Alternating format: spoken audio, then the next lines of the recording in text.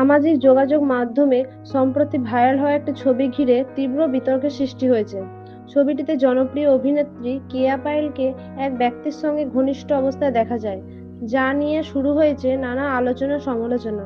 তবে এবার এই ঘটনা নিয়ে মুখ খুলছেন অভিনেতা মুশফিক আর ফারহান।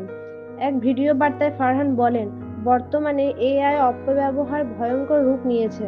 অভিনেতা অভিনেত্রীদের মুখ বসিয়ে ভুয়া ছবি ও ভিডিও তৈরি করা হচ্ছে, যা দেখে অনেকে বিভ্রান্ত হচ্ছেন।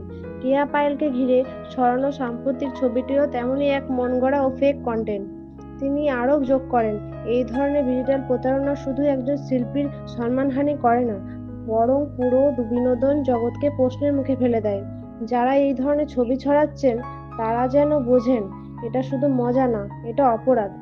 ফারহান স্পষ্ট করে বললেন, এই বিষয়ে আমরা আইনি পরামর্শ নিচ্ছি। প্রযুক্তি যেমন আশীর্বাদ হতে পারে, তেমনি অপব্যবহার করলে সেটাই অভিশাপে পরিণত হয়। তো ভিউয়ার্স, এই বিষয়ে আপনার কি মতামত কমেন্টে জানাতে ভুলবেন না।